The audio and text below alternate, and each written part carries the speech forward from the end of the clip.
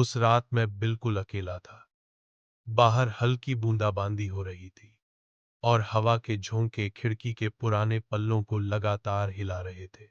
मैंने खुद को समझाया कि जो भी देखा वो बस थकान और वहम का नतीजा है। ऑफिस का तनाव, घर लौटने की बेचैनी और फिर वो सुनसान गली। लेकिन दिल मान नहीं रहा था। खिड़की पर हिलते पल्लू और उस औरत का चेहरा बार बार आंखों के सामने आ रहा था। जैसे जैसे रात गहराती गई, बेचैनी बढ़ती गई। मैं करवटें बदलता रहा। कमरे में हर आवाज साफ सुनाई देने लगी। फर्श पर चूहे के दौड़ने की हल्की सी खरोंच, पंखे की चरमराहट और खिड़की से आती हवा की सरसराहट। करीब 2 बजे अचानक थक थक की आवाज आई। मैं चौंक गया। पहले सोचा पड़ोसी होंगे, लेकिन इतनी रात गए। हिम्मत जुटाकर उठकर दरवाजे की ओर बढ़ा। दिल धक धक कर रहा था। मैंने धीरे से दरवाजा खोला। सामने कोई नहीं था, सिर्फ एक मुड़ा तोड़ा कागज पड़ा था। मैंने डरते डरते कागज उठाया।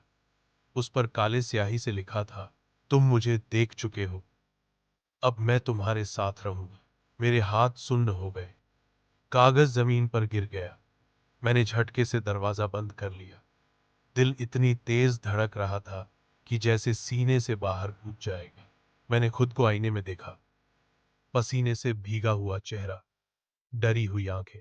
अचानक आईने में मेरे पीछे किसी की परछाई दिखी जो धीरे धीरे पास आती जा रही थी। मैं पलटा। कमरा खाली था। मैंने घबराकर आईना ढक दिया। एक गहरी सांस ली और बिस्तर पर लेट गया।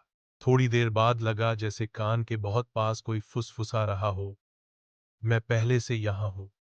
मैं चीख पड़ा और लाइट ऑन कर दी।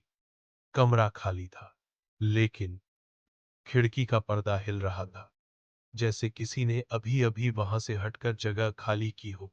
मैं पास गया, पर्दा खींचा, बाहर छत पर गया। गली अंधेरे और धुंध से ढकी हुई थी। और तभी मैंने देखा सामने वाली इमारत की छत पर वही औरत खड़ी थी। लाल साड़ी हवा में लहरा रही थी। उसका चेहरा अंधेरे में भी साफ दिख रहा था। वो मुझे घूर रही थी। मेरे पैरों में जैसे जान ही नहीं रही। मैं पीछे हट गया, आंखें बंद कर ली। जब दोबारा देखा, वहां कुछ नहीं था। मैं बिस्तर पर लेट गया, लेकिन उस रात नींद आंखों से कोसों दूर थी। मुझे पहली बार एहसास हुआ, ये साया मेरा पीछा नहीं छोड़ने वाला। डर की इस कहानी का अगला हिस्सा सुनना मत भूलिएगा।